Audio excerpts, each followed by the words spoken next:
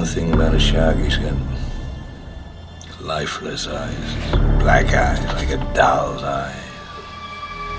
When he comes at you, he doesn't seem to be living until he bites you, and those black eyes roll over wide. Hey, yo, friends, welcome back to a new week, a new Monday, a new thrilling episode of In Madness Pod, episode 117. Shawn the Butcher here with Vertebrae33. How's it going? It's going well, Shawn. We're headed in. I'm not headed to the beach anymore for this part, because now we're headed out on an adventure. So, yeah, we're dressed differently for this part of the adventure. It's still a scary adventure. I was going to wear my other Jaws shirt, but it's like my beach shirt, so it's coated in sunscreen.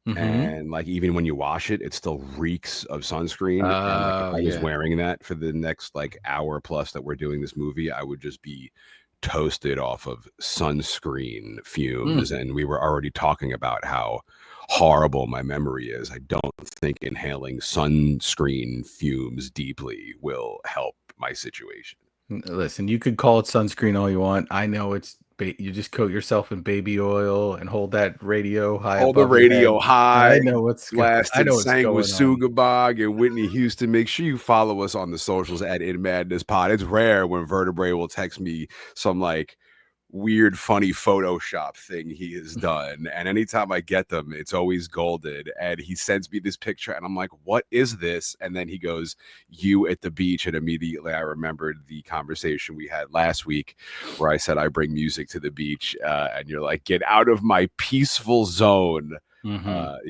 definitely always bring my little Bluetooth speaker to the beach and listen at appropriate volumes. Yeah, I think if you go into the comments on the post, I guess I would be the psychopath because it seems like everyone else is like, of course I take a but I go to listen to the waves, Shawn. The waves are the background. You can still hear the waves. I don't blast the music louder than the waves. Yeah, I mean, I've gone with headphones before. I usually put on Jane's Addiction. I don't know why. That's like my beach album. Your beach playlist? Uh-huh. Make sure you are following us on the socials, In Madness Pod 4. The premier podcast. We are also on Gmail. You could email us your voice notes. You can email us any comments you have about any of our episodes, inmadnesspod@gmail.com. I was just at the penitentiary last night visiting Charlie. Oh, wow. He's got his whole family in there with him. He brought his kid and his wife, and I'm like, they don't have to be here. You have to be here, but they all live happily in the penitentiary now. I'd like to think that they're all pointing out spoilers, like his son is pointing out like Paw Patrol spoilers or something. I don't know. He's Charlie too old for Paw Patrol. Doing well. No, I think he was actually watching some Paw Patrol, actually. Yeah, they were right in that age group. But it was good to see Charlie. He's doing well. His bunghole is killing him. But that's the way we like it. At In Madness Penitentiary. Make sure you follow us on YouTube. Make sure you like and subscribe and comment. Give us the 5-star reviews. Check out the In Madness Spotify playlist, which aside from our compendium of episodes we have acquired throughout this 2.5 years, that is the thing I am next most proud of, is this goddamn Spotify playlist that we have curated. It's like 200 something songs. It's just insane. From every single episode, we add some song in some way, shape, or form. The In Madness Spotify playlist. Happy In Madness Monday if that's when you're listening. Tell everyone you know about this show. Spread the madness tentacles worldwide. And if you want a shirt like Vertebrae's got, if you want a mug like Vertebrae's got, go to inmadness.com. What mug do you have today?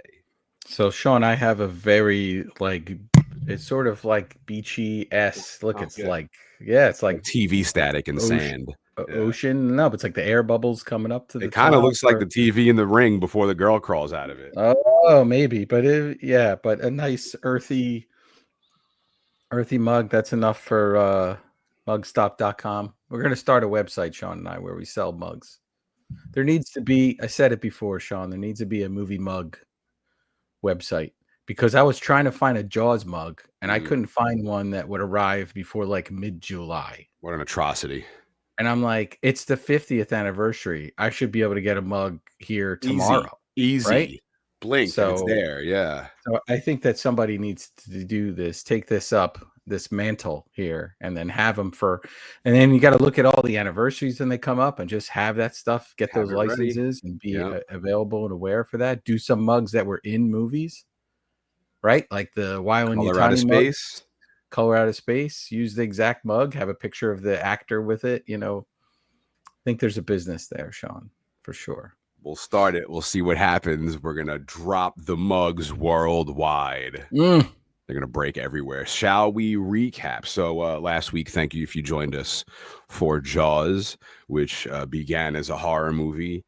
And in a few short moments from now, we'll completely flip and bring us to like an action adventure horror flick. But just like listening to last week's episode, it was just such a fun time. It got me in such a summer and July 4th mood.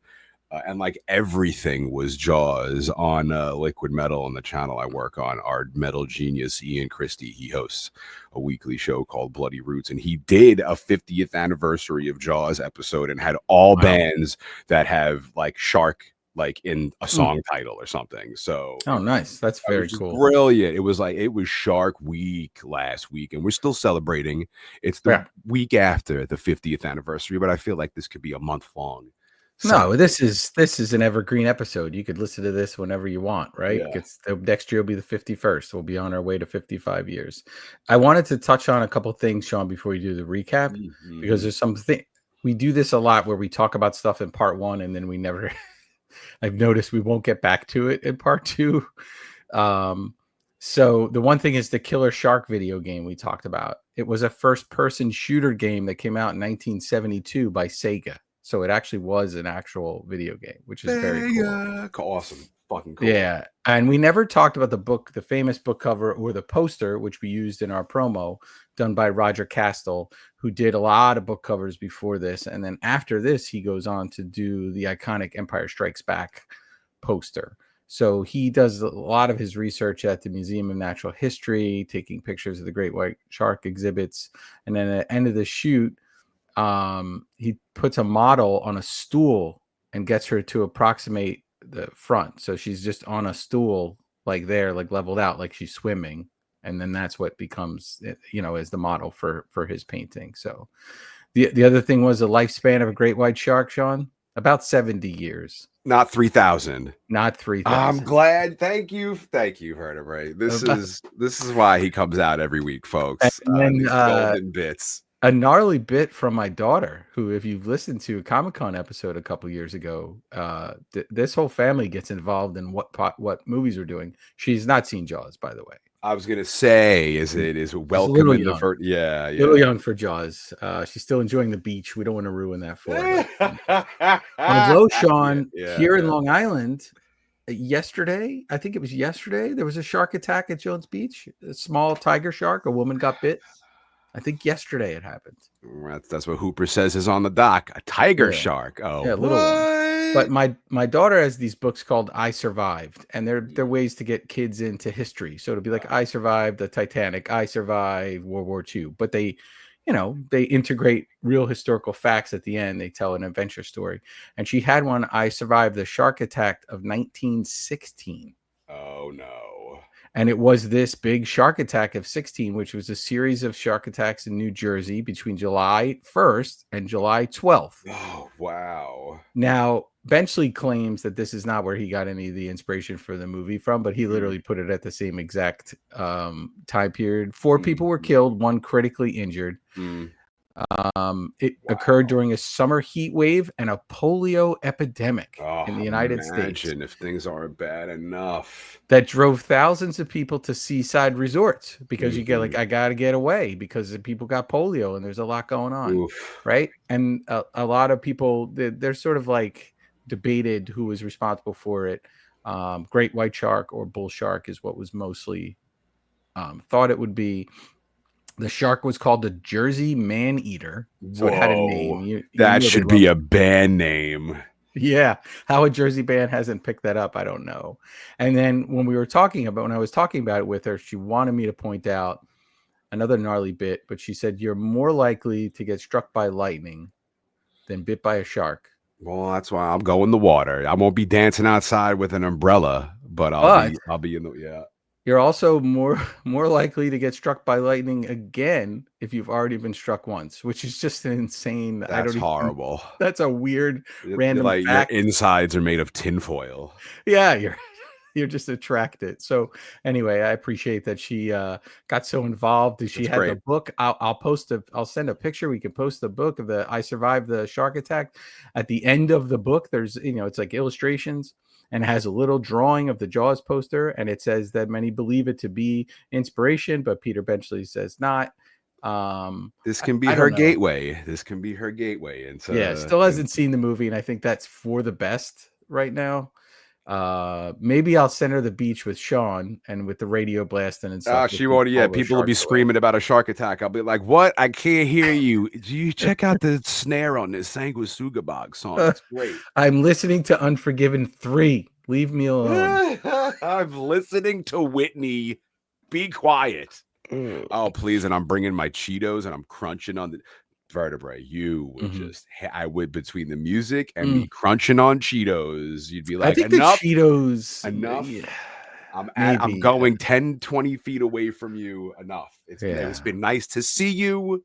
I'll see you in a couple of weeks. Yeah, and that picture that I posted of you on the beach, if you notice in the background, there's people like a half a mile away. That's me.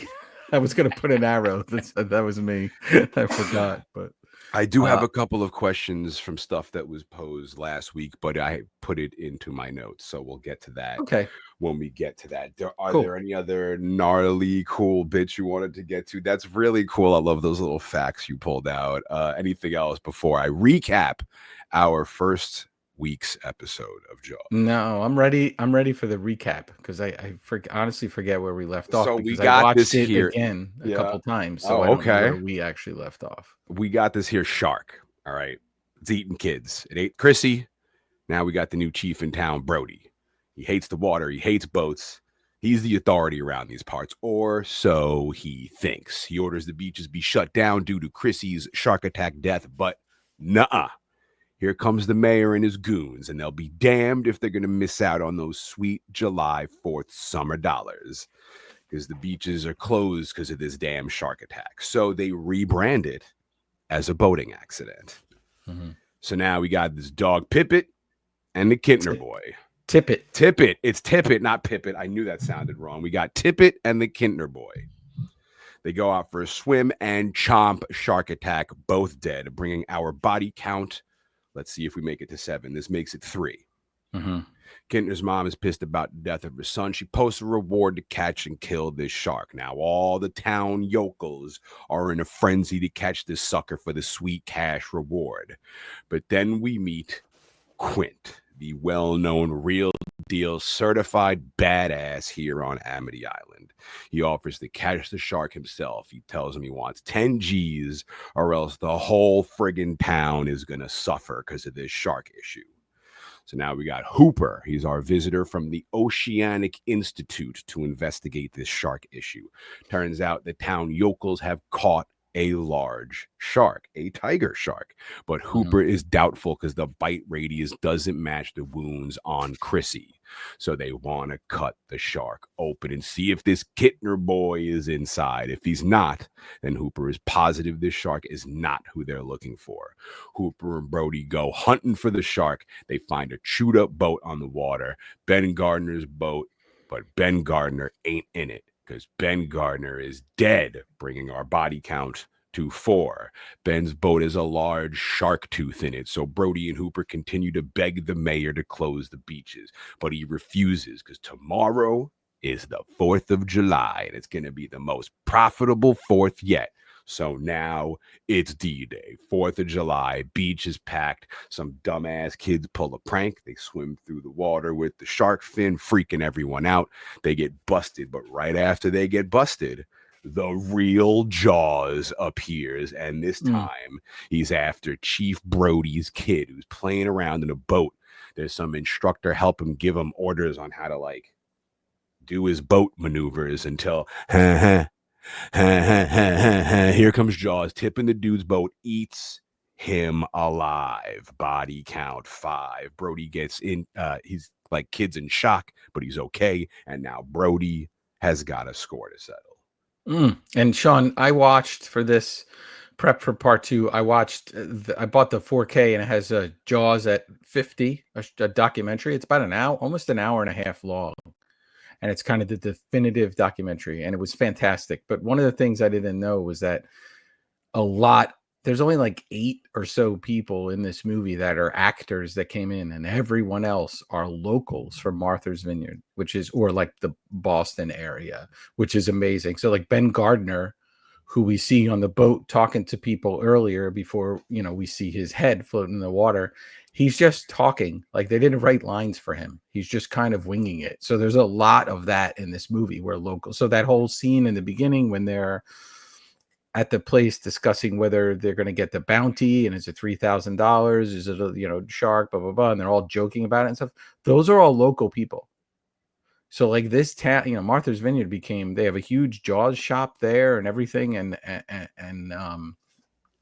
a lot of these people still get together and talk about it for that time period. That 100 and some days when they were there filming, they were all a part of the film, which is amazing. And had some of the people. They had the Kittner boys' mom on the documentary. Yeah, she's still alive, and she was coherent and talking and really into it, and it was very cool because some of these people, when you watch these movies, Shawn, it came out so long ago, you get depressed because you start to wonder. They were old when it came out. Right. And then when you see them talking as a talking head in the documentary, and it's not an old grainy footage, it's like current for this one, you're like, that is awesome. So it's very cool when you go back and watch it again. Just realize that most of the people in that movie aren't trained actors, and they're just locals that they either trained up or let them ad lib, or so very cool. That's badass. So now we got the whole family at the hospital, but Brody's kid's okay. He's in shock. He just watched a dude get eaten by a shark, and Brody hands his wife their other little kid, and he goes, "Take him home." And she thinks he means take him back to New York. And he goes, "No, home here." And now this is his home. Now he's got purpose. He's going to defend these people from this man-eating great white shark. Go, Brody, go. Mayer's at the hospital too. This dude is distraught because he knows it's all his fault, but he's muttering to himself, August, like it'll all be okay. He's going to make his money back in August. This dude is the scum of the earth. Yeah. Brody pulls him into a little room and asks him if he's got a pen, because he's going to sign this contract to get Quint to kill the shark. But the mayor still wants nothing to do with it. Brody tells him, "You're the mayor of Shark City, man." And this scumbag mayor, he's like rehearsing his speech, like how he's planning to tell the news. He's like, I was acting in the town's best interest. Like he's like making up his story to save his scummy ass. Right. Tries to be human though, and is like, my kids were on that beach too. Right as he's smoking his cigarette there in the hospital, Brody shoves the contract in his face, tells him to sign it, and he does. Yeah, he's changed his tune now, right? He still sucks though. He still had to be forced to do it. Yes. Oh, the worst. So Brody and Hooper head to see Quint, and Quint is already pissed off. He's getting his money, whether he catches the shark or not. He's pissed at the mayor. He wants the mayor off his back. Now, you were just saying that most of these people were extras in this movie. I had, and I don't think I've seen Quint in any other movie ever. No, Robert Shaw is an actor, famous actor. He is. Yeah. I have never seen any of his movies. He is so good in this role as Quint. I literally thought that he was a real fisherman picked out off of the sea and cast amongst all these actors, and like he is so authentic and so perfect in his role. I didn't even think it was possible that he could be doing anything else but like what he's doing now. And too, Shawn, obviously the tension that they talked about, the drinking on set with Robert Shaw and some issues with Richard Dreyfuss adds to it. But as the filming went along and it dragged longer because of issues with the special effects, Spielberg says in the documentary that he just became Quint. Like as it went along, he embodied this so much that he became that personality, sort of even when the cameras aren't rolling. The crazy thing too, Shawn, is he passes away 3 years later. When he's filming this movie, he's 47 years old. Whoa. He looks much older. He looks like he lived the story that he's telling. Yeah. There's this thing where that happens in these movies in the 70s where these guys look like grown men, like dudes in their 20s look like they're 30 or 40 years old, and dudes in their 40s look like they're 60. I don't know what it was. I don't know if it was all the cigarette smoke or just and heavy drinking. We joked about sunscreen, but certainly nobody was using sunscreen at the time. It was like suntan oil. So I don't know, but like he's got heavy crow's feet and everything, and it's just I couldn't believe he was only 47 years old when he filmed. I wanted to ask you from the last episode, and you just brought it up now. Do you know what, like, I don't know what the backstage with Robert Shaw and Hooper, what they were really beefing behind the scenes? Yeah, so they really didn't get along, and then when they get to that famous scene later on, which is probably one of my favorite scenes in the entire movie, that competitiveness between the two of them starts to come out more in that scene, and it seems like Robert Shaw would sort of just like egg Richard Dreyfuss on and like just be mean, when they were filming things and in between takes and stuff. So, Robert Shaw's son's in the documentary, and he's certainly gonna say like his dad was all into the role and all of that. I don't know how much of that is afterwards. I'm sure if he asked Dreyfuss now, he's just be fine with it, and has been in documentaries. But yeah, things happen when you're filming. But I bet it wasn't so fine when they were filming. And Spielberg tells that famous story. I think you sent me the link of the video where like Robert Shaw is just too drunk, and they have to help him on the boat to do the scene. And then he kind of calls Spielberg in the middle of the night and like apologizes. But a lot of this too, Shawn, this monologue that Robert Shaw gives later in the film was like originally like 8 or 9 minutes long. And Shaw was like, I'm not going to do all of this. Like, can I do it my way? And Spielberg's like, fine, go ahead and do it your way as long as it's good. And he does it his way, and it's sensational. So I think you get people around each other. Think of it this way: if there's 8 actors, 8, quote unquote real actors on this film, and these 3 are clearly competing for the limelight in this movie, probably 2, 3, and 4 behind the shark, I would say. Right? Yeah. It's a great point. Yeah, that I think that probably adds to it as well. Like who can kind of control and take over that scene. And looking back at it now, 50 years later, obviously they just all play their role perfectly. They play their role perfectly. That Benchley does a great job. There's just looks between them. I think that undercurrent of them not getting along and just not relating well, I think just adds to all of the mystique of this movie. And it's why you can never recreate this ever again. These accidents, these things that are going on, they're kind of winging this as it's happening, and you get the best results that way. It's very, very, these performances are very natural. You feel it later on when Richard Dreyfuss is like annoyed at Quint and mocking him and stuff. Like I'm sure that felt good to him to do those parts. Quint's got demands. He wants cases of brandy. He wants food. Hooper is in amazement. All these sharks, large mouths everywhere. Quint has seen them all and killed them all. Hooper is a scientist, a lover of sharks. He's in awe of all of this that is in front of him. Quint's pouring shots. His hands are covered in blood. He toasts with Brody. Pretty good stuff. I made it myself. Here's the swimming with bow-legged women, and Quint takes the shot. Brody sips slowly half of his shot, and Quint walks away, and Brody spits it right out. Out of the pot, Quint pulls more shark mouths. He's got them sitting there boiling in a pot. I would imagine the entire shack smells like ass. Yeah, and I guess I would assume that he's making his money by taking people out on the boat they're going sharking, but he's also then selling this stuff off to the tourists, right? So that's why he's in late stages of getting prepared, so people can go home and buy one of these shark mouths to hang on their wall, or shark teeth necklaces, right? That's a big deal. There's one in the book that they talk about that Brody's wife gets from Hooper, but they have that whole romance that doesn't happen in the movie at all. But Hooper tells Quinn he wants in on the expedition for the shark. Mr. Hooper, I'm not talking about boating, day sailing. He throws a sack at Hooper and he makes him catch it. You could tell they're like annoyed when they're throwing shit at each other. Yeah. He's like, I'm talking about working, talking about sharking. Hooper immediately fires right back. I'm not talking about hooking a small fish. I'm talking about catching a great white shark.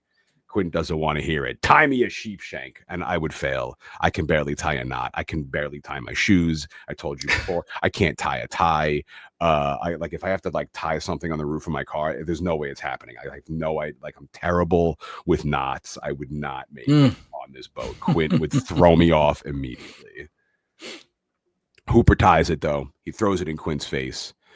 Quinn doesn't even look at it. He just throws it in his face. They are annoyed in this scene. Quinn's hands are covered in blood. He grabs Hooper's hands, making fun of him, catching small sharks. Tell him he's got no idea what a great white can do. He says he's got city hands. He's been counting money all his life. Now Hooper's pissed because he doesn't need his working class hero bullshit. Quinn wants to go alone, but Brody refuses. Quinn's like, it's my boat. I'm the master. I'm the pilot. I'm the captain. Quinn is running this shit. So they load up the boat. Quinn's hauling his gear. He's got his weird little helper with the orange hat. He rolls up on Hooper and immediately starts breaking his balls. What are you, some kind of half-assed astronaut? Love that line. He laughs his ass off all the way to the boat. Man pulls up with parts of a cage. Quint, again, is not happy. Jesus H. Christ. What do we got here? Portable shower, monkey cage. Hooper goes anti-shark cage. Yeah. Quinn goes, you go inside the cage? Hooper smiling. Cage goes in the water. You go in the water. Shark's in the water. Our shark. He smiles and begins singing goodbye to Hooper. Farewell and adieu, sweet ladies of Spain. Love it. I love this whole scene, this whole singing thing. It's just so well done. Yeah, and that Spanish ladies song, Farewell and Adieu, Spanish Ladies, is a traditional British naval song describing the voyage from Spain to the Downs, and it's from the viewpoint of the railings of the Royal Navy. So it's like they'd be singing it from the railings as they pull away. But very, very, very cool. I love that whole part, the way he talks, the way, it's just Quintus. Delivery is beyond 100% at all times. So Brody's wife is now walking him to the ship, horrified by these surroundings because there's these large boiling barrels with bubbles and crap coming out of them. I guess more shark mouths. Who knows? She's asking Brody if he took his Dramamine. It's all right, Brody. I get seasick too, man. I get it. She's got all the things she packed for him because she's his loving wife. They walk up to the boat, and there's Quint, still angry, screaming loud as a sailor. Son of a bitch! Screaming all of his opinions about women. The dude's a character. Chief and his wife, they say their goodbyes. She's like, what do I tell the kids? And he goes, tell them I'm going fishing. Cute. They do this final hug, and Quint's yelling, I see you brought your rubber boots, Chief. He's cackling at Brody, yelling at him, telling him the stern and the bow, and you get it wrong, I'm going to throw you off the ship right out of the little window. And he sings this dirty little limerick about a girl losing her virginity at sea. It all disturbs Brody's wife, who runs away.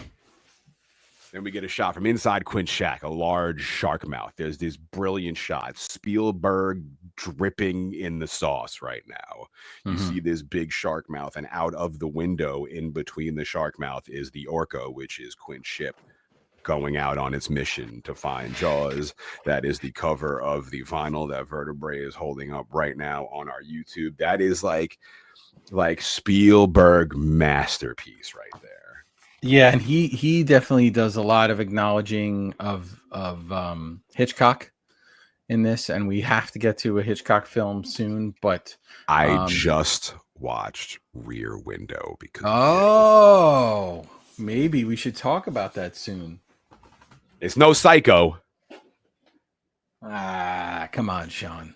It's a masterpiece. Yeah, I mean, that's why I watched it. I was like, Vertebrae said this like won some award for like the Congress of Museum of Art of something, and I'm like, all right, I'll check this out. I'm like, where's Norman? There was a really cool fact. The dude from Godzilla 1956, Raymond Burr, is the bad guy in Rear Window, and I was like, what? So that was really cool. Maybe we'll talk about it on Inside Madness. Sure. So it's pretty much at this point the movie does a flip from a horror movie to an action adventure movie with little bits of horror sprinkled in. But this was my gateway. I was watching this as a kid, and this movie scared me because of all of the things that were in it. But like, it was not, blood and guts and gore and rated R. So they're sailing away. Quint is yelling and screaming. He's singing. This dude knows every sailor's song and rhyme and joke, and he's singing them and he's telling them all. This dude was born for this. So now they're out chumming. Quint's telling a tale about how he bagged a 16-footer out on Montauk. Shout out to Montauk, local reference out here. You've been to Montauk, right? Yeah, I might be there soon, actually, again. But yes, and he talks about 2 barrels. Quint says he got 2 barrels to wear it down and bring up a shark. Yeah, and we get the barrels, which, when you see this now, you're like, hey, look, Godzilla -1 really loved this idea a lot, which is cool. The biggest shark ever caught by rod and reel off of Montauk, New York, was 17-foot great white shark, weighing 3,427 pounds. Jesus Christ. It was caught approximately 28 miles off Montauk in 1986. Oh, man. Yeah. Wow. Crazy. He's back to making fun of Hooper. Kids nowadays got radar, sonar, electric toothbrushes. He laughs. Chief watches Quint drink a beer. Chief's like, he tells Chief, he's like, drop another marker. And Chief like looks at Quint. He's like, well, why don't you drink? Why don't you do it? But like, Quint's busy drinking his beer. He slams the beer in one shot. He looks at Hooper and just crushes the can. Hooper's got a little plastic cup he's drinking out of, and he sips that, and then he crushes his little cup. Right, and that was an ad lib, Shawn, by Dreyfuss, which is a fantastic part in the movie, not in the script, and that's pretty great. That's the magic that happens in this movie.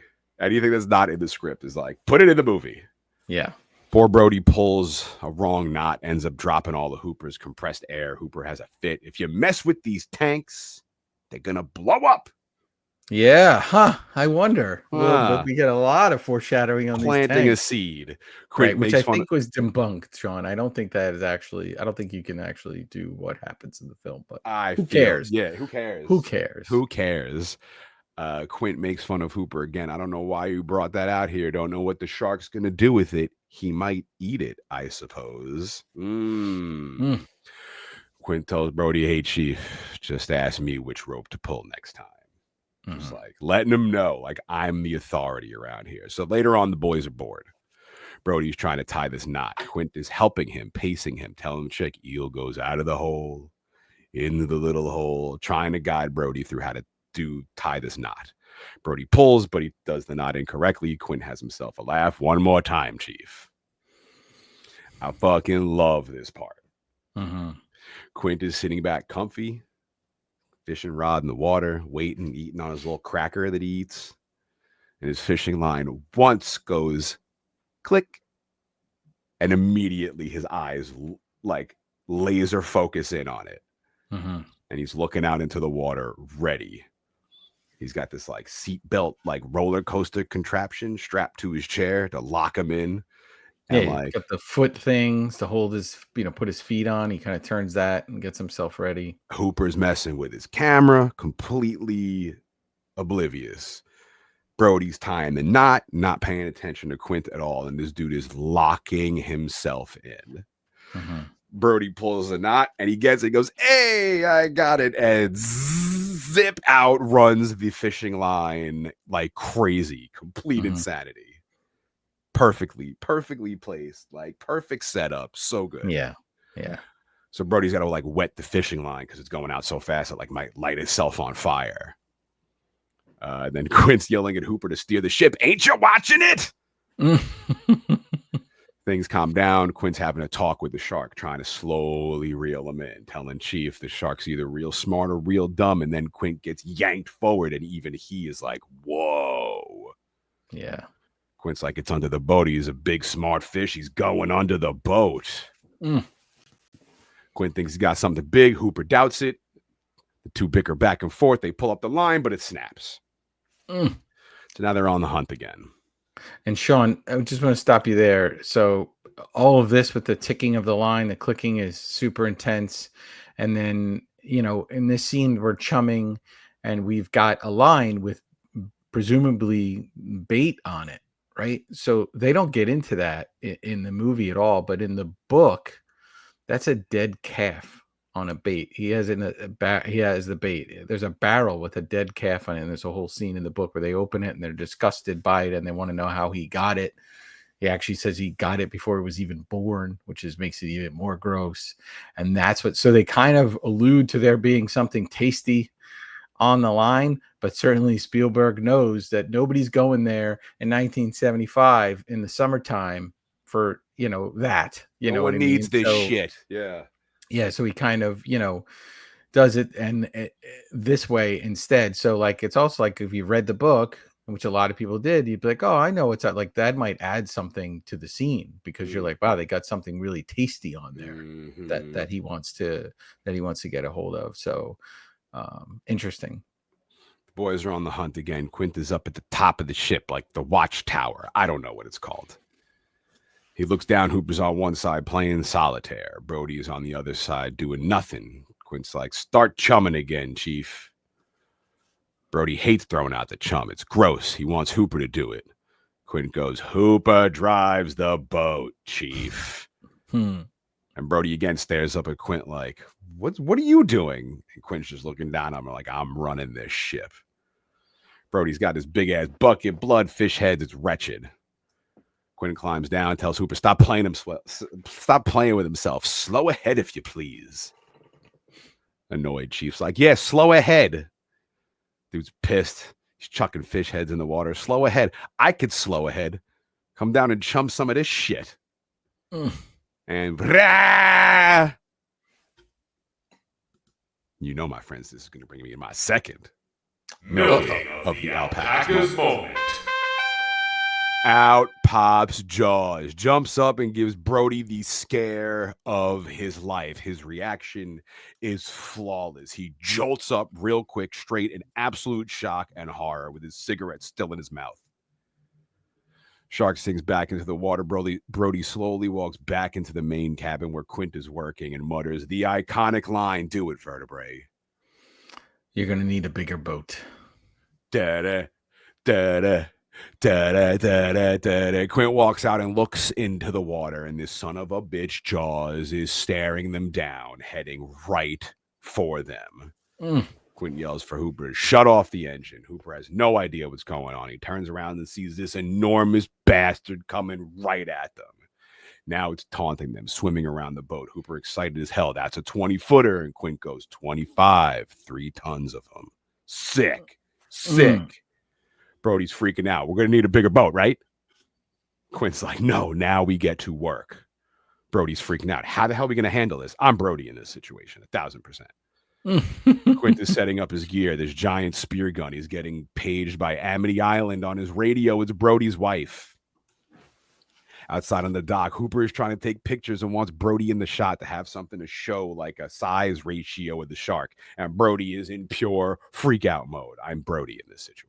And the production designer on this film, Joe Alvis, Shawn, was also on Close Encounters of the Third Kind. So they worked on this. They also they brought in Bob Matty, who built stuff for 20,000 Leagues Under the Sea and Mary Poppins, The Love Bug, you know, all these films. He was kind of in like pseudo retirement. They brought him out to work on these sharks, and there were 3 sharks that they built for the film. Now Alvis had designed sharks that were even bigger, but Spielberg was like, even bigger is sort of going to make it like I don't want this to be like supernatural, right? So I want it to be huge, but I don't want it to be like supernatural. So that's where they kind of settled on the size of the shark that they made. And obviously, famously, Bruce, the name of the shark, has a lot of difficulties.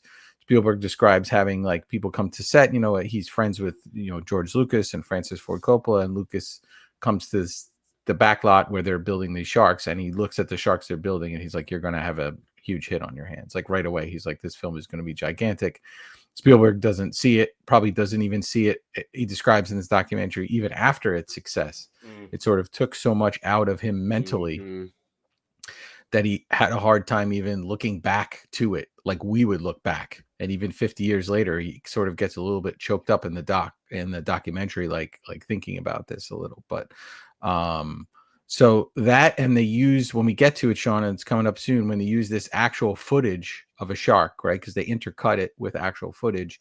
There was a documentary that comes out in 1971 called Blue Water, White Death. And that is this couple would film like this underwater shark footage. So they actually have them go out, and they have the script, and they go out and try to film some stuff that would kind of like correlate to what was in the script. So a lot goes into this film to get it. We always hear about the mechanical shark, but we sort of don't hear about the other ways that they have to deal with it, and those hydraulic jaws and everything. But there's a lot of people who just say, like, even now, all these movies we've made with these CG sharks, nobody has been able to touch what we saw in Jaws. Nobody. Oh, and they're going to remake it eventually, and when they do, they're going to CG the shark. I hope we're still a podcast at that time. And we could just that's what they've been doing with like Meg, I guess. Yeah, I think there's been so many of those that I feel like, it's like with Alien, where you get it together and it's a nod to it. I think people have been smart enough with Alien and Jaws and Star Wars to just say, like, okay, we'll nod to it, but we're not going to try to do it again. Well, now Quint is brushing off Brody's wife. Everything's fine. Brody's fishing. He caught some stripers. I'll bring him home for dinner. We won't be long. Haven't seen anything yet. Over and out.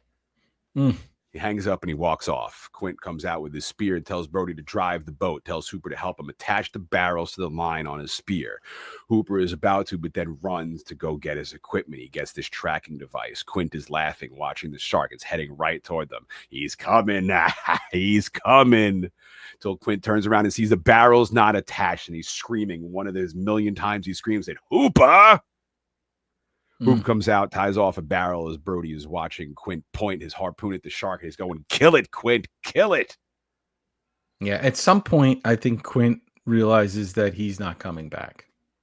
That this is his final battle. That everything he's gone through, and we're going to hear about that later on, and everything has sort of led to this moment. It sort of shifts from, an adventure that he's going on with these guys to like, hey, dudes, like, this is happening. Like, it's all going down, and no matter what we do or die, we got to take this shark out. And the film score shifts too, Shawn, right? We got all the Jaws themes and the notes going.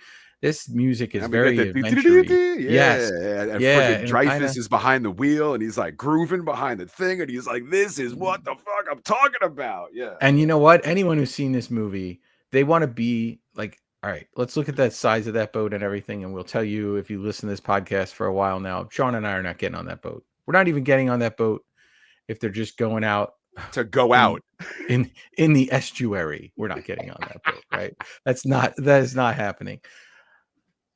But when you're watching it, you want to be on the boat. You want to be bonding with these guys. You want to have somebody crush a beer can. 5 minutes. Right. And somebody else crush the cup and have this adventure. And even in the beginning, when you see the shark, you're kind of like, oh, they got this. And this is really cool. It's almost about from this point forward, you're like, and when the boat starts taking on water and everything, that you're like, there's no way in hell I want to be on this boat at all.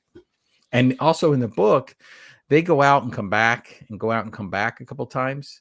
That really cuts to it. This is just, they're out. This is it. This is their final countdown. That's up to you. I'll ask you if you're. We can add final countdown to the Inmanda's Spotify playlist. The barrel pops off the boat, and Quint swears it'll slow the shark down. The shark pulls it far away, drags it underwater, and they lose him. There's this amazing series of shots. Hooper looking frustrated. He's almost sort of breaks the fourth wall and looks directly into the camera. Mm-hmm. We see off in the distance, standing at the peak of the ship, staring right back at Hooper, smirking, is Quint. We get this beautiful shot, the sun setting, the open water. It's like masterfully Spielberged. Mm-hmm. Brody's freaking out. We're done for the night, right? We're going back. I am Brody. Quinn says they got a barrel on them. They don't go back till they find the shark. Brody continues complaining, I'm Brody. And the camera just cuts out because the complaining, I'm sure, just does not stop. Yeah. And, when they worked on the script, Shawn, and we talk about changes in the book, Peter Benchley was very involved in the process of writing this original script, but they weren't happy with what they got. So they kept kind of rewriting it. And then they finally brought in this guy, Carl Gottlieb, to kind of like interject the humor, interject the lightheartedness to it that they needed for this to play to everyone. And when he got a copy of the script from Spielberg wrote on the script, eviscerate it. So probably what Benchley was putting forward was just too close to what we're saying in the book, just needed to not be there. Mm-hmm. And I think they just finally decided I need to.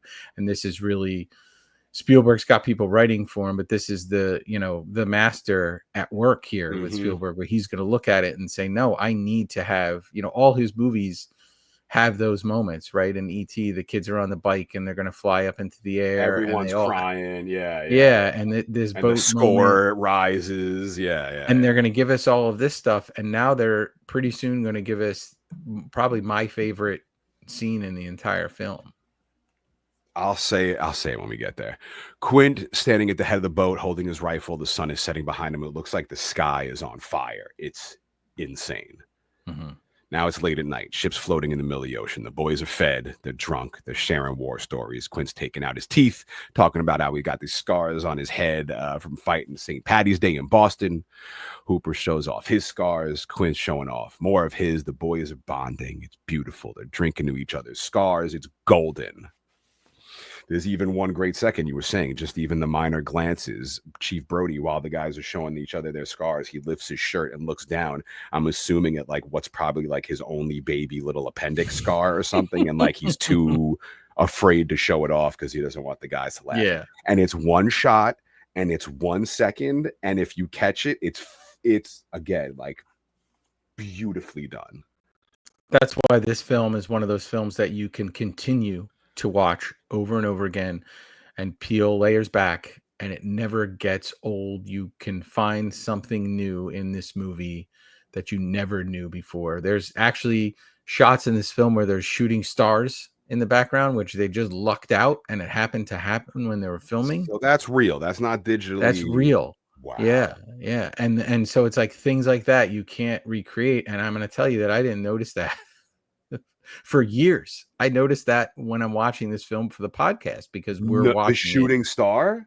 Yeah, I just never thought of it. Never saw that. No, I just I was so just focused on the movie and whatever else is going on, or if I saw it, it didn't register. Yeah, it didn't register. Wow. It was like in passing. You're like, oh, it's a thing in the sky. Especially when you're looking through modern eyes, like, oh, they put that in there for whatever reason. They got lucky. Digitally enhanced. No, there was some meteor shower stuff going on and the shooting stars that just kind of happened, which is really cool. Although, Shawn, I really wanted it to be like that's where the Jaws came from. The ET ship lands. Oh, so we're talking same Spielberg. We're in the Spielberg universe now. Right? Like that's the ET ship lands. But I mean, I wonder, they do that whole thing in Cloverfield and all these movies nod to it. And I wonder if their thought was, hey, there's this shooting stars in Jaws that happened a few times. And we could do something like that with this other footage in the background. I like to think that's where Jaws came from. Like he was shot out of space and like landed in the water. And that's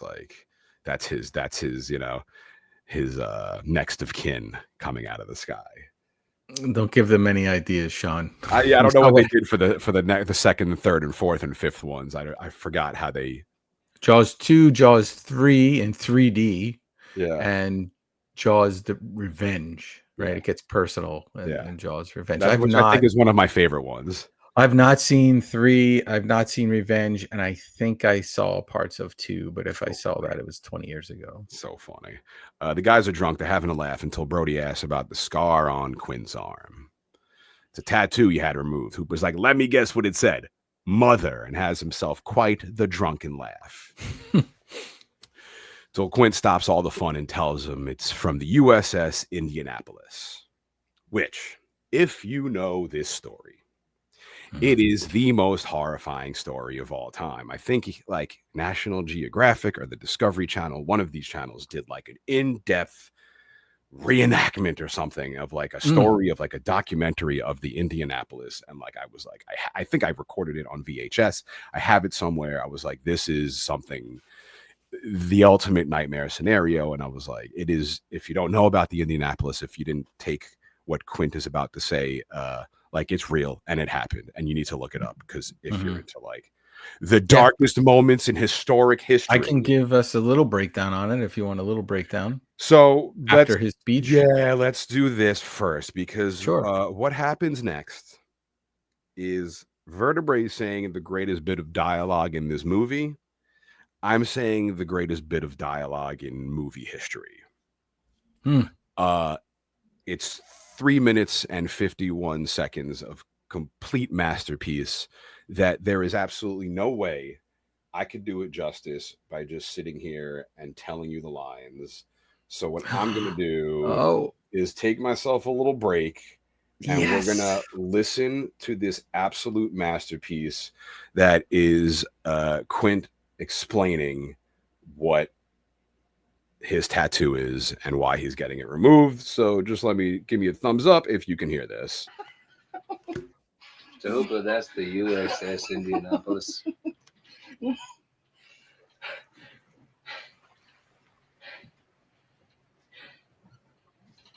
You were on the Indianapolis? What happened? Japanese submarine slammed 2 torpedoes into our side, Chief. He was coming back from the island of Tinian to Lady, just delivered the bomb, the Hiroshima bomb. 1,100 men went into the water. Vessel went down in 12 minutes. Didn't see the first shark for about half an hour.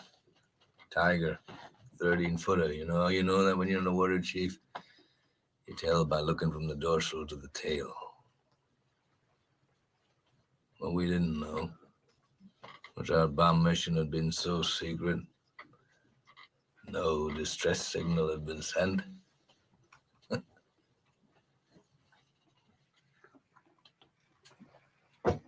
They didn't even list us overdue for a week. Very first light, Chief. Sharks come cruising. So we formed ourselves into tight groups. It's kind of like old squares in a battle, like you see in a calendar, like the Battle of Waterloo. And the idea was, shark comes to the nearest man, that man he starts pounding and hollering and screaming. Sometimes the shark would go away. Sometimes he wouldn't go away. Sometimes that shark, he looks right into you, right into your eyes. You know the thing about a shark, he's got lifeless eyes, black eyes, like a doll's eye. When he comes at you, he doesn't seem to be living until he bites you. And those black eyes roll over white, and then you hear that terrible high-pitched screaming. The ocean turns red. In spite of all the pounding and the hollering, they all come in, they rip you to pieces.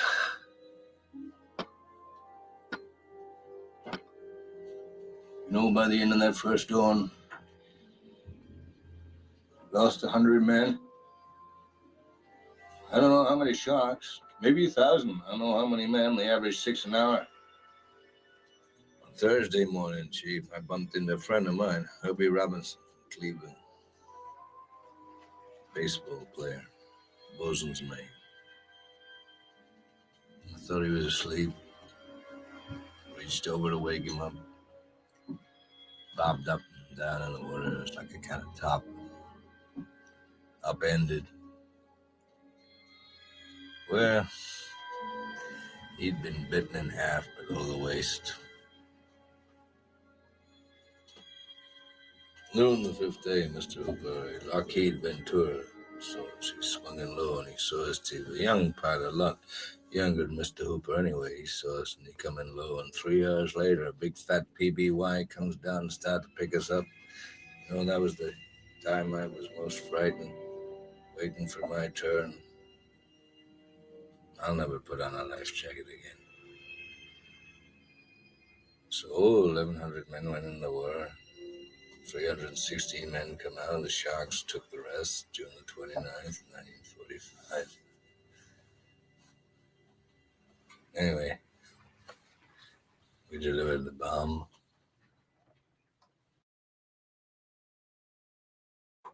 I mean, wow. I have chills. Wow. Just the greatest ever. Yeah, I there's nothing more I can say about it. Amazing. And you know, Shawn, this is the 50th anniversary of Jaws, but the 80th anniversary of the Indianapolis disaster. Is it around the same time? So it's not July 1945. They complete this mission. And if you can't, it's hard sometimes when you listen to Quint the first time you hear that, kind of like to even understand what he's saying. It's Tinian Naval Base, and they're carrying components for the Little Boy, which was the first nuclear weapon used in combat. 1,195 crewmen aboard, 300 went down with the ship. The remaining 890 faced exposure, dehydration, saltwater poisoning, and shark attacks. Obviously, Quint mentions never wearing a life jacket again because the idea of just continuing floating in the water is like awful when this is going on. And the Navy learns of this sinking 4 days later. So they're just out there floating around for 4 days. This is real life. This isn't a story. This is real life. Right. Only 316 survive. No U.S. warship sunk at sea and has lost more sailors than this. Unbelievable. I mean, I'll look up to see if that, like the Nat Geo or the Discovery Channel thing I watched still exists on YouTube or something, because it is just, it's like watching a true crime doc. It is just, it's gut-wrenching. It is so, and it's like my hell. It's my nightmare. And, you know, Spielberg's like, he didn't know about this. He was told about this, and they were like, for a backstory, maybe we could do this, as the writers are working on the script.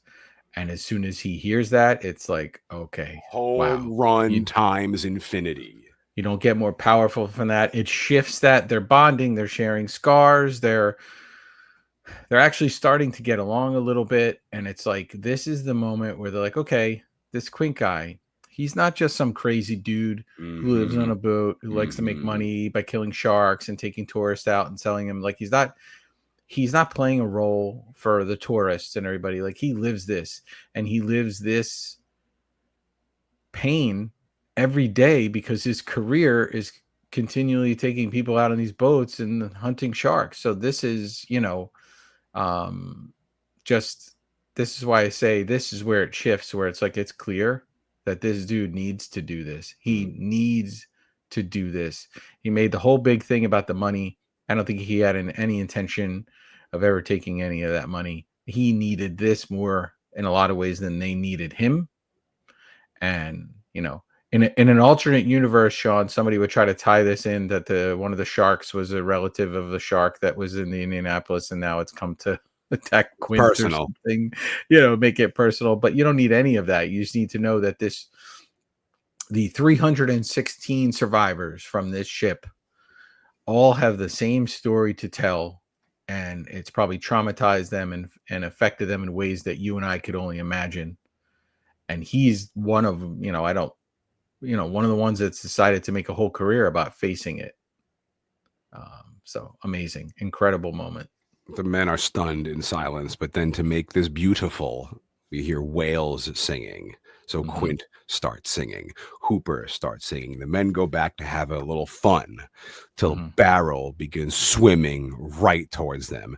The men are drunkenly singing as the shark is battering the boat repeatedly. Now, you may ask yourself, how can a shark repeatedly batter something? It can't swim forward and backward and bump into it over and over again. The real question you need to be asking yourself is, who gives a fuck Mm-hmm. The whole place begins shaking. There's massive havoc. The boat's cracking open, making it leak. Brody grabs the walkie-talkie. Quint's watching Brody closely. An oil lamp falls to the floor and starts a fire. And Quint again tells Brody to do something. Put out the fire, will you, Chief? And again, Brody looks angrily at Quint. And he's like, why don't you do it? Mm. Quint begins shooting at the shark. Brody, in a panic, runs and grabs his gun. There's a quick shot of a shooting star over his head, which I cannot believe happened in the moment. Mm-hmm. Early in the morning, the bros are fixing up their ship till Brody sees the barrel pop up, so they start pulling it in. Mm. Hooper tells Quint if they get close enough, Hooper's got stuff, they can kill it. They're pulling in the rope in the barrel, and here comes this big-ass mother Jaws. He pops out the water and chomps away, and the guys are freaking out. That's one of the scenes. There's so many scenes in this movie that you're going to remember forever. But this one, when he pops out of the water at that and part. It's just in his mouth, like the camera is like in his, like looking directly in his mouth. Yeah. Sick.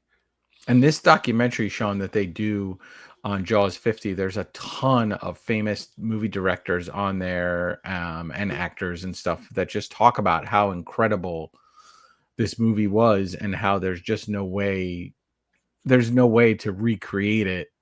So was now that and how much real, it influenced, or was that that was the mechanical shark? That's how good it looks, is I can't really tell.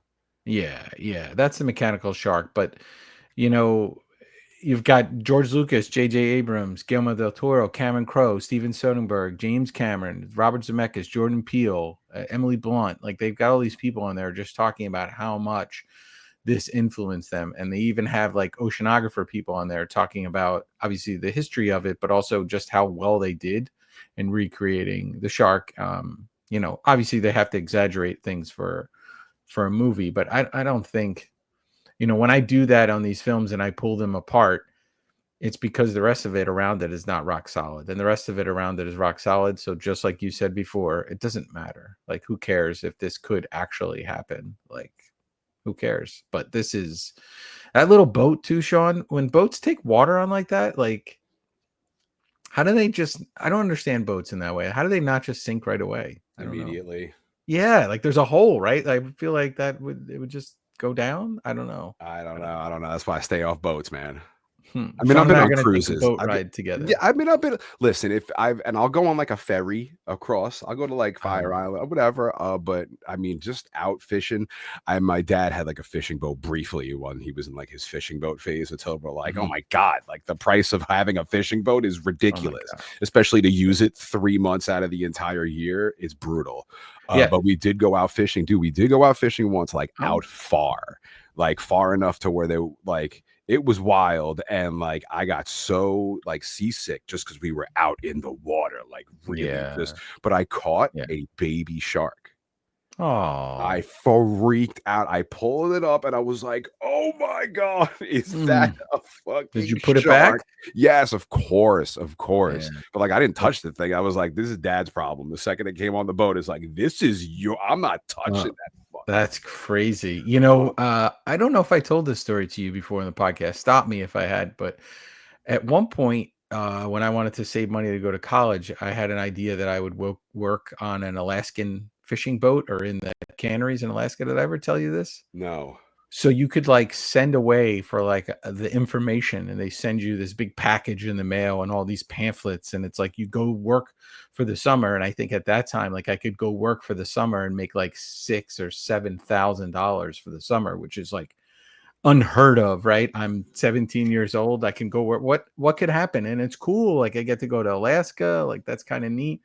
I mean, it's a really, really gross job if you end up in the plants, right? Because you're just knee deep in fish guts and you're gutting fish. So I'm reading and it's like, well, that's not for me, but maybe like being on a boat is, right? And in the pamphlet, these are the pamphlets that are trying to get you to go there. It says, when you get there, you should get to know your captain, because a lot of the captains are alcoholics. So like, you want to make sure you're going to be with somebody who's trustworthy. So the red flag right then and there, it's like, well, I'm going to go on a boat and not come back. Why would I do this? And then it's like, it's very common for people to lose fingers in the nets. And it's like, well, I want to go to art school. So the idea of me losing fingers on my drawing hand, and I was like, but to this day, I wonder, and my mom says she listens to the podcast. We talked about this on YouTube. So to this day, I wonder for all the cursing, Mom. Yeah, I wonder what they were thinking when I got these, because I shared this information with them, and I shared my joy of like, there was a good solid, when you're a teenager, there's a good solid couple weeks where I was like telling everybody, like, I'm going to Alaska. I'm going to work on a fishing boat. This is going to be awesome. And then I'm reading these pamphlets and I'm like, that's what they tell you in the pamphlet is like, imagine what happens when you really, there is a good amount of boats. I should see if I have, it's got to be in some box. I know I kept it, but there was a good amount of boats that would go out and not come back. It's listed in the pamphlet. Some of the captains may be alcoholics. And also you could probably lose a finger or so. What the fuck? Crazy. No, that's not for me. Not worth the money on that one. No. I got city hands. I've been counting money my whole life. Quint would hate me. I'd be like, Quint, do you have any Lubriderm on this boat? My hands are chapped, Quint. Do you have a nail files, Quint? I got a little bit of nails. Oh, Quint would hate us. Quint, can I plug my white noise machine in on the boat, Quint? Brody tells Quint he's going to go make a phone call. Quint gives him a look like, oh, are you? Quint grabs his bat, smashy, no more radio. Their only connection to the outside world gone. They are alone in the middle of the ocean. What a mean move. That's where for sure Quint's like, we're not coming back unless we take care of it. Like, this is it. I don't care about your lives. He has moments where I'm just like, all right, Quint, like, relax, dude. But for the most part, Brody's screaming at Quint, telling him he's crazy. Hooper interrupts to let him know, boys, he's back for his dude feeding. Hook up another barrel. Now Quint and Hooper are working like a team, fluidly, teamwork. Things are going good. Quint shoots it with another barrel. The chase is on, another barrel. Now the chase is on, and the boys are stoked. This is our adventure, our pacing music. We're flying, the water's flying, and the sharks are chasing. Like, things are great. Quint shoots it with another barrel. Brody even fires off a round into it. 2 barrels attached. The shark drops underwater. Quint is like, this is unbelievable. Barrels pop up to the surface. Brody wants to head back to the shore. And they both look at Quint and they're like, yeah, good luck with that. It's not happening. And Shawn, I watched this. I know you watched it on the Peacock. I watched it on the Peacock, but then I watched it on the 4K disc. And you and I need to see this movie together on the 4K disc at the TV because it is so incredible looking. It looks good on Peacock, but it actually looks even better on the disc. It's just this whole scene with the barrels and the water. You can see every sort of like, divot and ripple and and that's the thing about this movie is sometimes when they do these 4K presentations, stuff falls apart. The special effects, you can kind of see it. It makes it look even better. You're even more amazed that they were able to do this in 1974. They pull these ropes up onto the boat and tie them around the boat on the stern cleats. And now they got the shark hooked to the boat. Quint starts bringing it in. Back home, we got a taxidermy man. He's going to have a heart attack when he sees what I brung him. Love this dude. But then the stern cleats are old. They're loose. They're about to pop out. The shark is eating its way through the rope towards the boat. Just this mouth that does not stop chewing. So Quint shoots a 3rd barrel into it. It flies through the boat and almost nails Brody in his face. Now we don't give a fuck. We are getting this shark. They're pulling up the rope, but the shark is attached to all these ropes and pulling them further out into sea, like 1,000 miles per hour. Hooper's screaming, "It's impossible! Cut it loose! We're breaking up!" Water's flooding into the boat. They're getting pulled further out to the ocean. Quint grabs his machete like friggin' Jason Voorhees. He runs at Hooper like a madman. He cuts off the stern cleats. And a minute later, all 3 barrels pop up. Quint's like, you can't stay down with 3 barrels, not with 3. And Brody's like, yeah, what about us, dude? Quint gives Brody this little baby pump. He's like, pump out the water so we don't sink. But I mean, they are fucked. Yeah, that pump is so little. It's like a toilet pump. Yeah. Shark is circling the boat. Quint takes his machete and he like does this cool movie, like flings it into the side of the boat. It's badass. Man, like Quint versus like Snake Plissken would be sick. Hooper tells him the shark's going back under. Quint can't believe it. Not with 3 barrels. Not with 3, he can't. Down they go. Quint is in belief. They all are. Hooper asks Quint, have you ever seen one do this before? No. They head back to shore, but the shark is chasing them. Quint is going to draw the shark into shallow water. I'm going to drown it. Tells Brody they're heading back in. Now Brody is stoked. Jaws is chasing the orca. We see the 3 barrels chasing after the boat, like the iconic shot. Yeah, and that's 100% where they get that in -1, where Godzilla's approaching the small boat and comes up out of the water, which is one of the most iconic shots in that film. But very, very cool. Greatness inspires greatness. Brody asks Hooper if he's ever seen a shark do this before. Quickly, Hooper's like, no. Quint is pushing the engine as far as it's going to go. Smoke's coming out of it. Hooper's telling him to slow down. Quint shoves him off. He's singing his song from earlier, the farewell and adieu, ladies of Spain.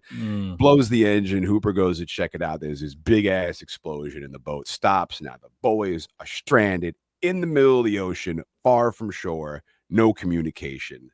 This is it. Quint grabs his gear. He grabs Hooper's gear, harpoons, weapons, anything the dude can grab. The men are standing around, dumbfounded. This is it. They are shark food, and they know it. Quint goes down to the cabin, looks at the 2 life jackets, and we all know he's not taking one of them. Ship is half sunk. The men are standing there worried till Quint asks Hooper, what can you do with this special equipment? I like that in this last-ditch moment of effort, finally, he provides a little hope in Hooper. Yeah, he's like, well, I mean, they've tried everything else. It's all worked. It's the end of the line, so we're sinking. Give it a shot, man. Hooper's like, let's pump it full of strychnine, which is like a poisonous chemical. If he can get close enough, he could do it. Hooper's like, you can get that needle, this little thing, into the shark's skin? Hooper's like, there's only one way to find out. Brody does not like the plan, so Hooper's like, hey, fuck you, man. This is all we got. And up go the cage, and we get our cool, badass Predator montage, just men doing manly things. setting up the cage, grabbing oxygen tanks, working together. They're giving each other tanks, and Brody goes to grab something off the table and like carefully touches the tank, knowing how dangerous it is and that it might explode. And then he like leaves, but the camera for like 1.3 seconds stays focused on the tank. Yeah. Hooper gets his ass in the cage and they lower him into the goddamn water. Would you ever, Vertebrae? No, never. This thing looks so thin. I thought you would say yes. Into a shark cage with a 25-foot shark? No. Or even like just, you know, with baby sharks or whatever. No, because I feel like things could still go in and out of that cage easily, and like you can't even like wriggle away from it. Like, yeah, I mean, I love the ocean, but not that much. To a point, I couldn't get on this little tiny boat here, and I certainly couldn't then get on a cage to, you know, I'd be more than happy to build a cage with him and make sure it's nice and secure. I'll get the zip ties. You guys need zip ties? Yeah, that's fine, but I don't, you know, I mean, too, it's like, well, this is Quint's final stand. They're going to do this, but like, even if they kill the shark out here in the water, they just have to, you know, well, swim back or wait for somebody to come pick them up. It's, you know, not great. Hooper's crazy ass is now in the water. He looks off in the distance and here comes Jaws, headed right for him. He swims around the cage, but then off into the deep blue sea, and Hooper loses him. Hooper's prepping his spear, and he's ready to stab the shark until from behind, this smart, large son of a bitch smashes into Hooper, causing him to, just like he did with the tooth, drop the spear onto the ocean floor. So there goes the plan ruined.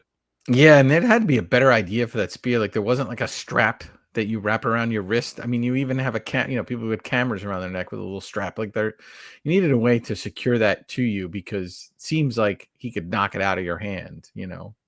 Not only that, now there's a massive dent in the bars, opening them wide open to the elements. And sure as shit, here comes Jaws right at Hooper, smashing into the cage, getting inside. Hooper screaming bloody murder, and I am shitting a brick. Yeah, and they've just basically provided the shark with the Lunchable. It's just like a tuna fish Lunchable. sandwich. Here you go, in a little cage for her. Shark's annihilating the cage. Hooper gets gangster with it and pulls out a large knife, and he's like riding the shark like a bull and stabbing it in the head. Go Hooper. He gets all these good jabs in and swims free of the cage, underwater, unprotected. Poor Hooper. Yeah.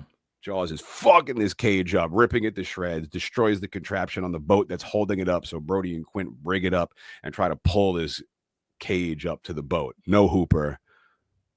Quint looks off in the distance, and he kind of looks a little upset that maybe he lost his little nerd friend. Yeah, and in the book, Hooper dies in the cage. Oh, terrible. And the Brody character is a little bit conflicted because he knows like his wife cheated on her with him, so he's upset, but also like not that upset. Yeah. It's not tears, it's ocean water. The contraption in the cage breaks and falls right into the water, and hop right out of the water, mouth gaping wide open. The son of a bitch Jaws jumps out half onto the orca that sunk into the water, and Brody and Quint back up into the main cabin, but Quint slips. The floor is tipped. The ship is sinking, and now the men are angled directly into the shark's mouth. It's like the Doritos bag when you got the little crummies at the bottom and you tip the bag and it's like just making it come right to you. That's them with the shark. Yeah. Then the worst happened. The boat dips and both Quint and Brody go sliding towards it. Brody grabs something to hang on to. Quint grabs the table, but one of these friggin' oxygen tanks roll over onto Quint's fingers, and he goes, ow, and lets go of the table and goes directly towards this shark's mouth. Slowly, though. It's not quick. Like, he is fighting for dear life. He is just, there's no other fate. There's nowhere else you're going into this shark's mouth. He's kicking and flailing until crunch. Right onto his Quint's midsection. He lets out this blood-curdling scream. Blood begins coming out of his mouth. The shark is no joke. He's thrashing left, right, tossing Quint around like a goddamn doll. Quint is screaming. He grabs his machete, and dude is stabbing Jaws in the face with his machete. And then Jaws has had enough of this shit. Final crunch all the way down on Quint, definitely splitting him in two. Geyser of blood shoots out of his mouth, and Jaws drags him into the water. Rest in peace, Quint. You were one wacky son of a bitch. Now it's silent. Poor Brody, who hates water, hates boats, is now alone in the middle of the ocean, in total silence, on a ship that's half sunk, with an enormous shark waiting for him. Yeah, he's still hungry. Quint's blood is everywhere. The water is full of blood. Brody is just stuck in the middle of all of this Quint goo. The ship's tipping over. Brody heads back into the cabin until this large bastard Jaws crashes right into the cabin, chomping away, and his teeth are covered in Quint's flesh and blood. Yeah, so gross. And Guillermo del Toro mentions that when he saw this when he was a kid, and that part that there was still like some meat in the teeth. You know, that it certainly stuck with him, and that made him think like there's no way this isn't a real shark. Like as a kid, he was like, this is a real shark. As real as it gets. Yeah. I really thought that Quint died and they got it on film. Yeah. I thought some of this movie was a documentary. God, I was a stupid kid. Brilliantly, Brody grabs one of these oxygen tanks and shoves it into the shark's mouth, and the shark. So here we go. Here we go. Yeah, we got a call back to previous tankness going on. The ship is tilting over. Brody heads to the little tippy top, the only part of the ship out of the water. Grabs his gun and his spear and gets the best positioning he can until again from right below him pops up chomp, the shark, with the oxygen tank still clearly in his mouth. It's like a nut, like a squirrel with a nut in his mouth. Yeah. Brody sticks him with his spear, and then the thing backs off again. This is it. Brody is like 3 feet out of the water. There's no more of the boat left. He gets in position, and here comes the shark. Mm-hmm. Right towards him. Brody's talking to himself. Come on, show the tank. Blow up. Here comes Jaws. The damn oxygen tank still in his jaw. Brody's firing off shots, trying to hit the tank blindly into the water as the shark gets closer and closer. Brody's like, blow up. Blow up. Firing round after round. The shark is right in his face. Finally, Brody with one of the greatest lines in movie history, his own yippee-ki-yay motherfucker. Do it, Vertebrae. Smile, you son of a... Pop. Blasts off a shot and kablooey. Blows this shark's head clear off. Also, like Godzilla -1. Mm-hmm. Blows the shark to pieces. Massive explosion. Blood and shark guts everywhere. Brody can't believe it. He screams. He did it. He is victorious. Hell yeah, Brody. We get this sick shot of the shark, like a third of the shark, the bottom half. The rest is blown to bits. This massive geyser of blood all in the water, floating everywhere. It's great. It's like descending into its own blood. There's even this great shot of like a fin vanishing into the blood, and you hear like a roar in the distance as if it's like, you know, maybe I'm dead, but maybe I'll be back. I was like, oh, cool. The shark roared. Because it doesn't really make noise in any other part of the film. No. It sort of emerges. Yeah. And from underwater pops Hooper. He's okay. Yeah. Oh, yay. Brody's thrilled to see him. The men share a laugh of victory. Hooper asks if Quint made it. Brody's like, nah. The men grab the barrels, slowly swim back to shore, discussing what day it is. Wednesday. No, it's Tuesday. Hooper's like, keep kicking. Brody's like, I used to hate the water. And Hooper goes, I can't imagine why. And everyone is crying. Here we are. We get a far shot of the beach. You see it's a beautiful day. Lighthouse in the distance. The men swimming safely to shore. They made it. They saved the day and the beach and the town. The end. Literal greatest movie in history. Put this one. Is this one in like the Rear Window Compendium Museum of Art and Special Movies? I'm not going to cut you off. I'm going to let you continue. I don't know what it's called. I'm going to continue to let you destroy. Of course, this is probably in like the Library of Congress. This is you know, in most people's probably top 10 greatest films of all time. I would think cover it on In Madness Pod. We had I would think for, you know, but yeah, you know, Shawn, a couple of things before we, first of all, amazing. And I always like listening to you describe these parts, but I didn't know that you were going to play Quint's speech. And although I was excited to hear you do it, because I'm always excited when you do it, hearing that in the middle of this, I think worked perfectly. So if they kick us off for YouTube for it, it is. I don't think they will, because I usually, as long as I've been covering the image, which I have been, nobody's given me crap about audio yet. So yeah, so I think it's cool. But you know, Shawn, this movie obviously has a lot of influence on people and filmmakers and fans and everything. But it also, you know, it immediately had a negative impact on sharks. We mentioned it in part 1. So I didn't know this, but the number of great white sharks went down as much as 80% after this movie came out from all the shark hunting. Everybody wanted to be Quint. Everyone wanted to show off a trophy, just like those idiots that all go out on the boats, shark teeth, etc. But ultimately what that does is, and I think the Benchley family is in the documentary, and they've gone on to be very active in the field of kind of shark conservation and education. And it brought more people into the field of oceanography and conservation. So I think in the end, it does more good than harm. More Hoopers. Yeah. But in the beginning, everybody wanted to be Quint. Yeah, more Quints. Yeah.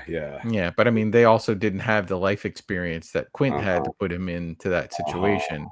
But yeah, this is when we start this podcast, this is one of the ones where it's like, well, boom. Okay, when are we going to hit this? When are we going to do this? Yeah. Jaws, right? Yeah. So the 50th anniversary, no better time. Mm-hmm.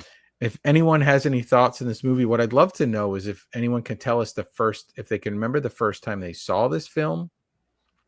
Did they watch it all the way through? Did they see parts of it on TV? Were they able to watch it all the way through? Because presumably a lot of people saw it when they're very young.